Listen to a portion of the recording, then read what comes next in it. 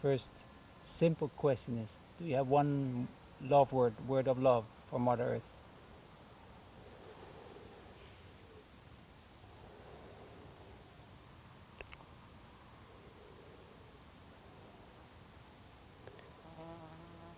How about reverence? Why reverence? Well,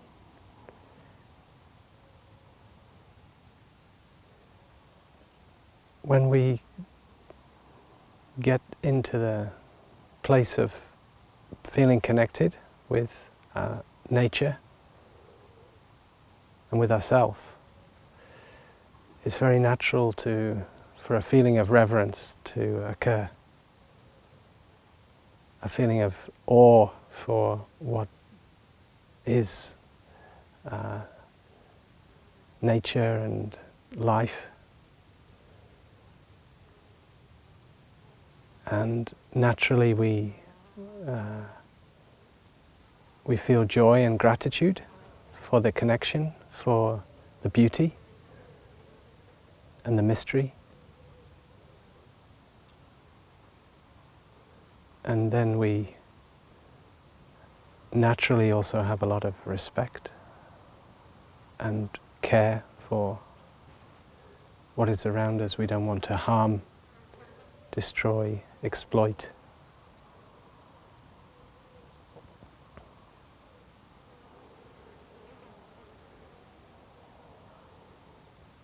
So to touch that reverence needs time to come into nature's time, into the cycle of things, connecting with the breath, connecting with ourself, connecting with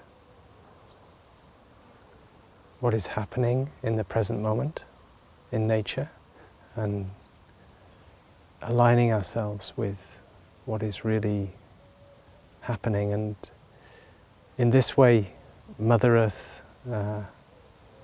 responds to us with love, which is always there, but we have to be available to be able to experience it, not clouded in thinking, and just to settle down. So we very much need to restore our sense of reverence for our joy, for our happiness, and to come back into a balance with what we are born from the earth. We belong here, this is our home. And if we lose our connection, we lose our sense of reverence, we will start to exploit and not see things as so precious, not see life around us as precious.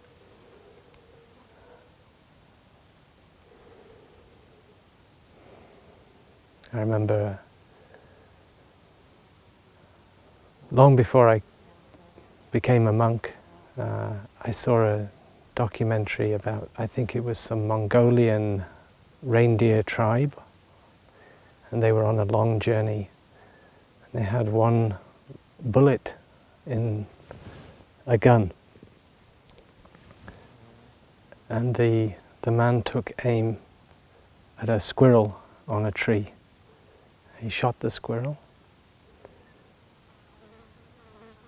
for them to eat. And he said, when you take what you need, nature agrees to give. And this I found very beautiful at the time.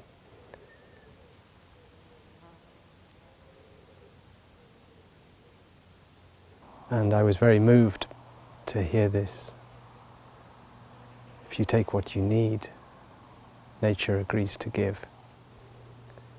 And unfortunately, I feel we are so far from that, taking much, not in touch with what we really need. We don't need so much.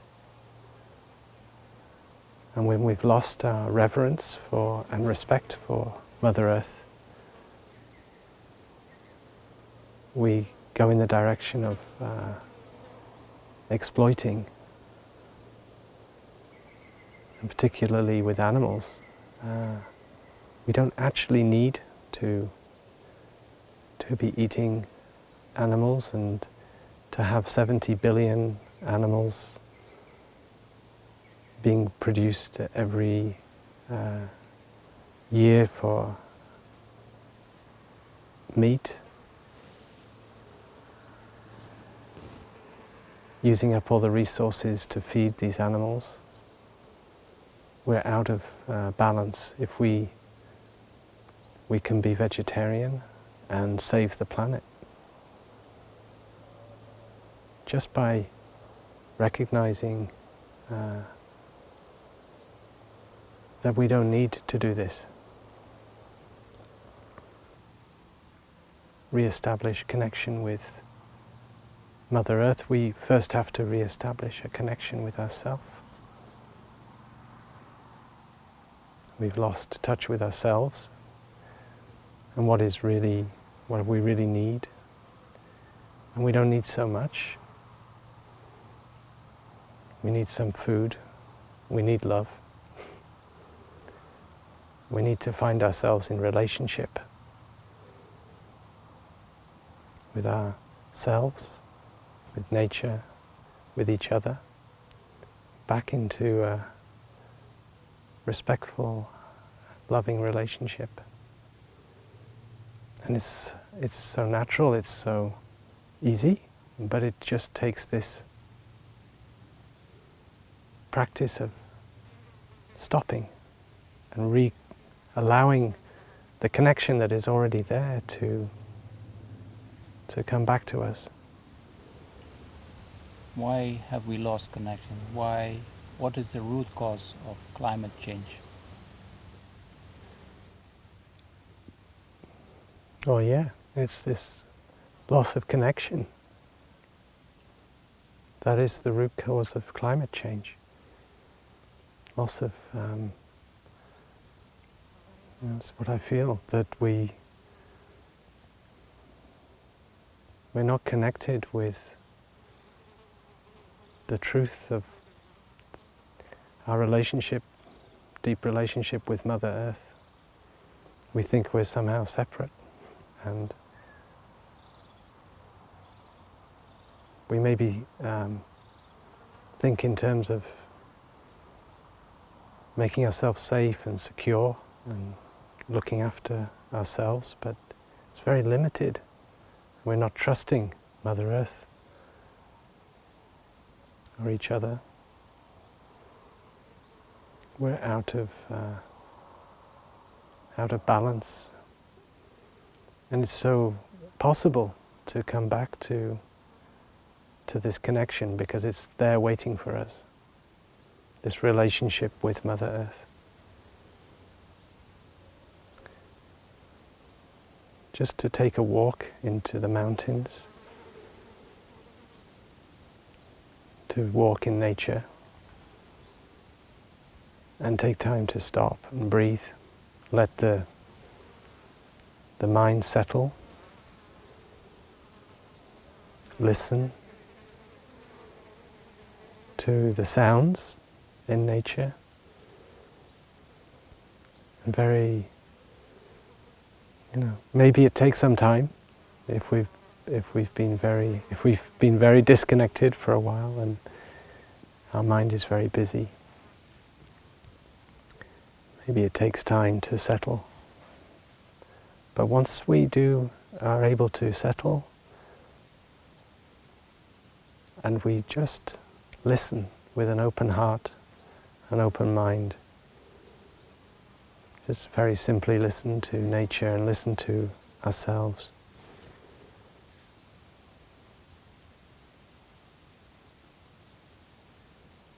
The magic of the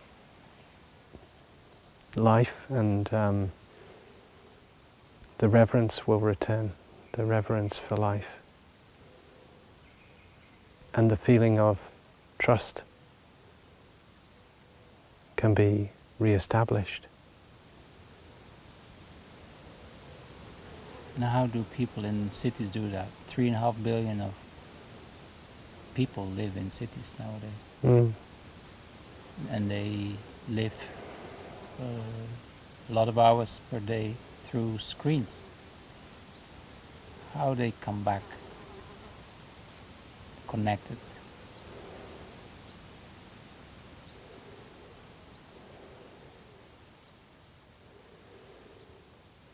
Well, most cities have trees and parks. You have to make time to walk, and even walking is good.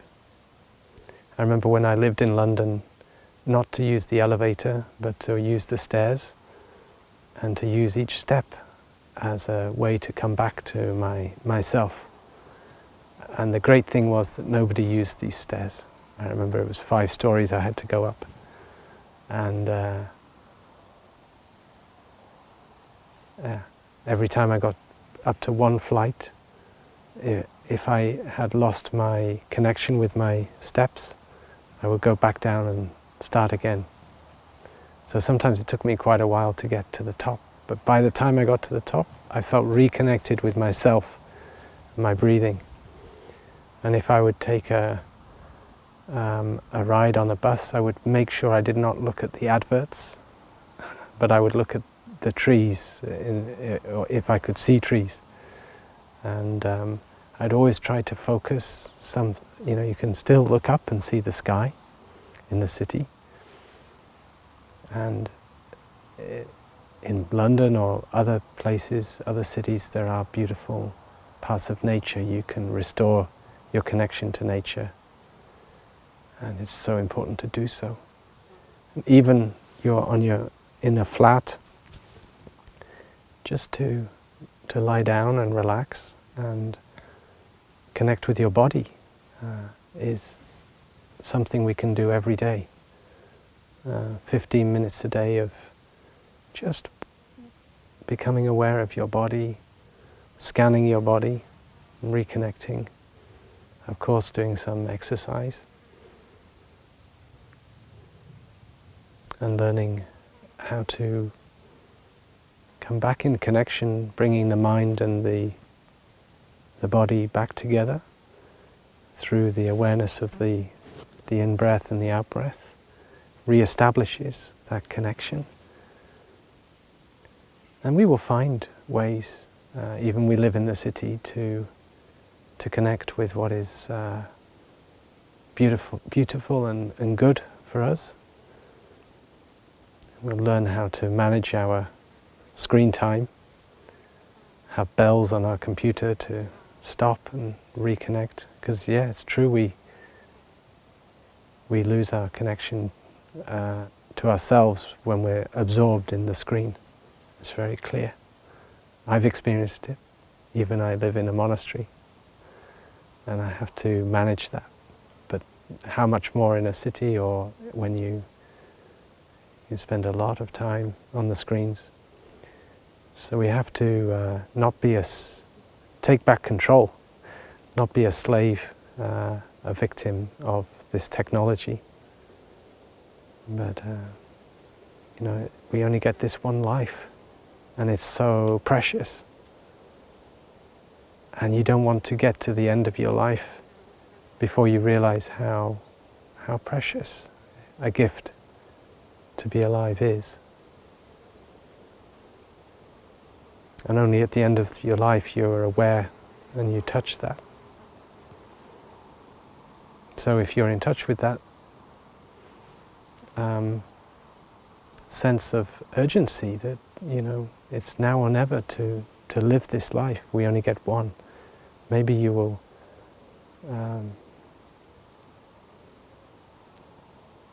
be quite determined to find a way to stay connected with life and not lose yourself in the screen. It's up to all of us. And we need to support each other. So when I lived in London, every week I met with a group of people that also saw the importance of living in reverence for life and living in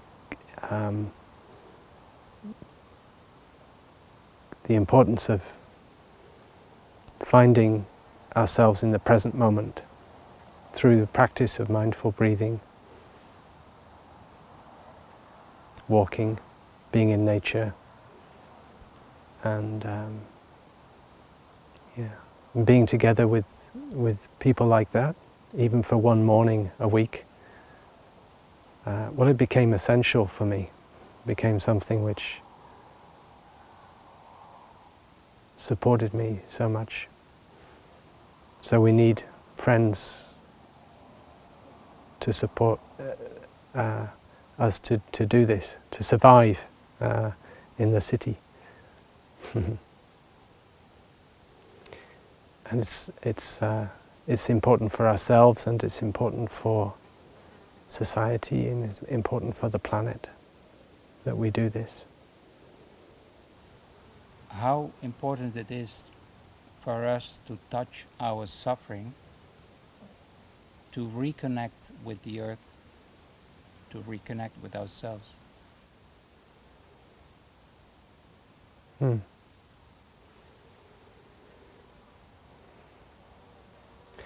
Well, I think suffering gives us a way to connect with what is really going on. The goodness of suffering, if you like, because we often feel it's something bad, something to be avoided, is that there is something very in the suffering that we can find our connection. And in fact, we have the way of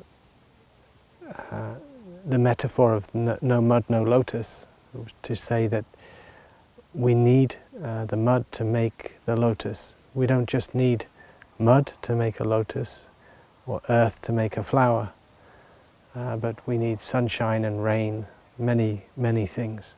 And suffering, in this case, like the mud, and the beautiful lotus is like the insight and the happiness that can come from that. It's one of the ingredients we need to really understand and be able to be in deep connection with life, because it can be a way for us to. It is a way for us to find ourselves again.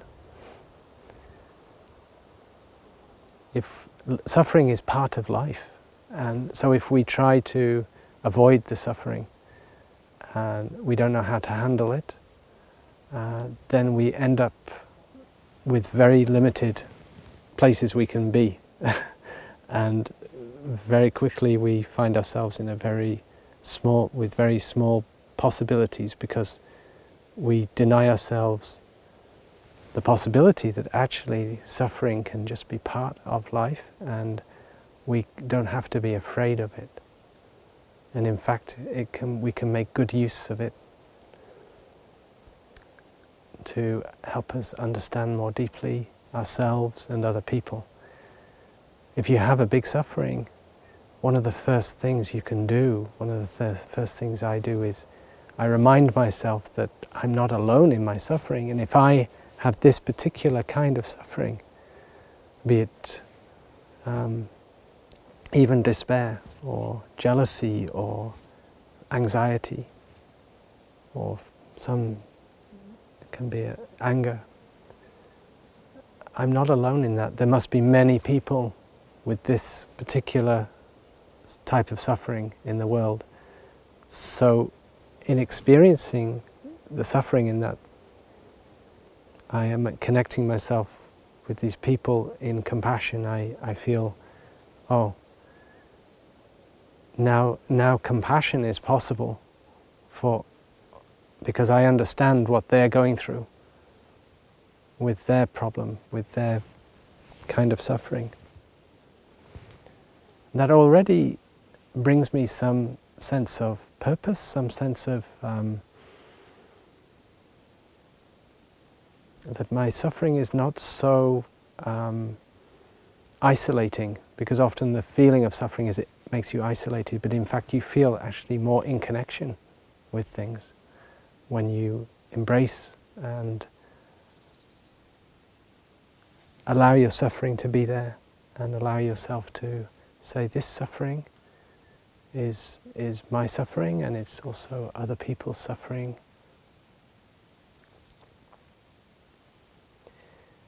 And it turns out that it is exactly by turning towards, accepting,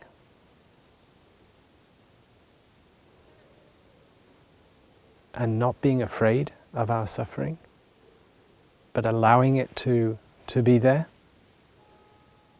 to have the capacity to be present with what our suffering. It is exactly in doing that the suffering can transform, because there is a natural process by which we can re-establish a balance, and we can come back into connection with our happiness and grow that happiness from this suffering by accepting it, and it becomes part of our life, but not in a bad way.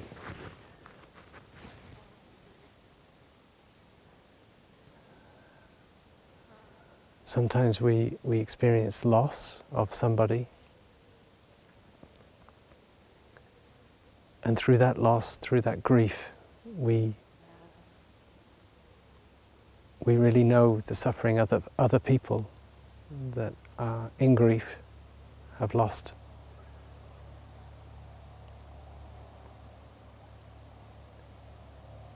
And it also can lead us to recognize and experience a connection which is deeper than the usual way we experience connections, for instance, with somebody. And we can cultivate our experience of being connected with them at a deeper level. For instance, if I've lost my father when I was young, and I practice to allow my father's presence in me to show. I invite my father to be present in me, because I know he's there.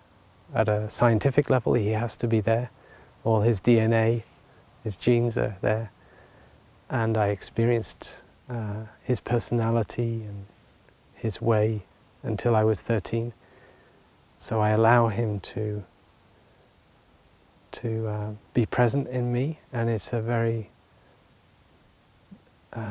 wonderful way to connect with him, and also to realize that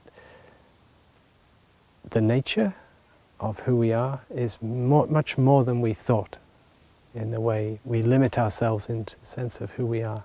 So suffering can lead us out of this feeling of isolation and being very just a separate self. The bigger the suffering, the more the experience of interbeing, when we finally are able to go through and embrace and accept.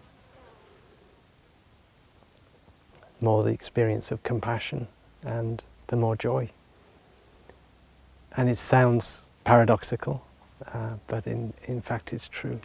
And the same then therefore goes for young people to be able to do this, because one of the main sufferings we have in connection with Mother Earth and climate change is a feeling of despair, a feeling whatever we do is not enough in any case, so why do anything? That in itself is a big suffering. It's a huge suffering. And we can become numb to what is going on like that. We can lose our sense of purpose. When we don't have a path, we feel lost. That is a big suffering. For me, the teaching is to know that every act, regardless of what seems to be the result, has meaning and is of consequence. It's important. If a baby just experiences one flash of love in its life, that's important, even if, I often hear people say they were in an incubator. I've heard this story, and they just remember one touch to their body of love, and that may be what saved them.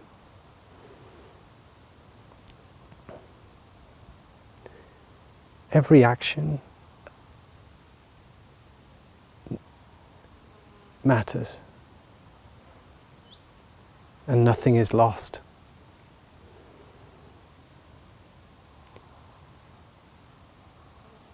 And what is important is we turn ourselves in the direction of coming back to reconnection, coming back to our true relationship with ourselves and Mother Earth. And that we do that together is beautiful. And we can have a lot of joy when we do together.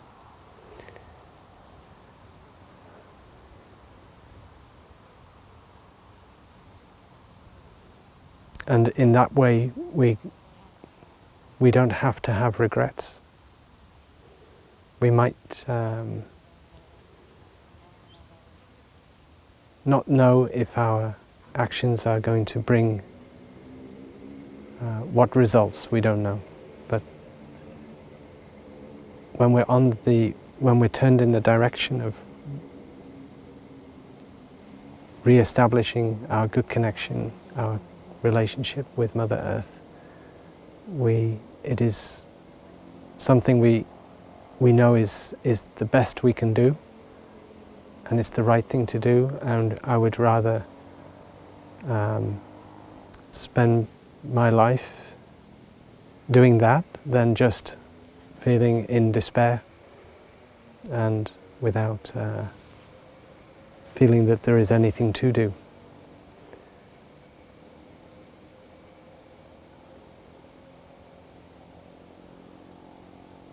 There is so much more to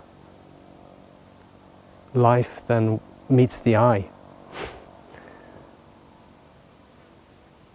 And we're caught in a sort of pseudo-scientific, materialistic impression of what life and reality is. And it's a kind of an illusion that we're caught in, and within that frame of reference, we think the actions that we do have no meaning, no consequence. When you come deeply in connection with life, your life around you, you don't have this. You lose that illusion of this superficial, materialistic way, and you can be in connection with a much bigger picture.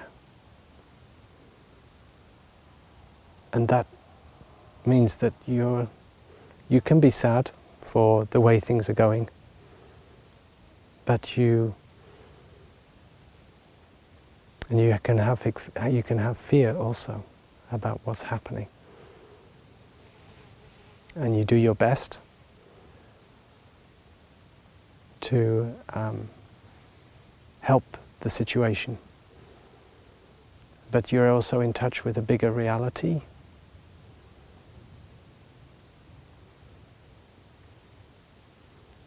That love cannot be killed, destroyed.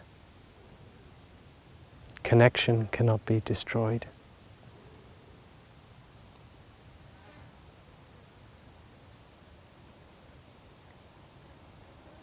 And life continues.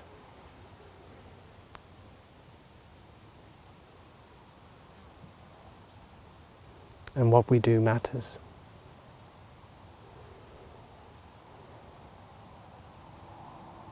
And everything is impermanent. Everything is changes. And there is a cycle to things. There is birth and death.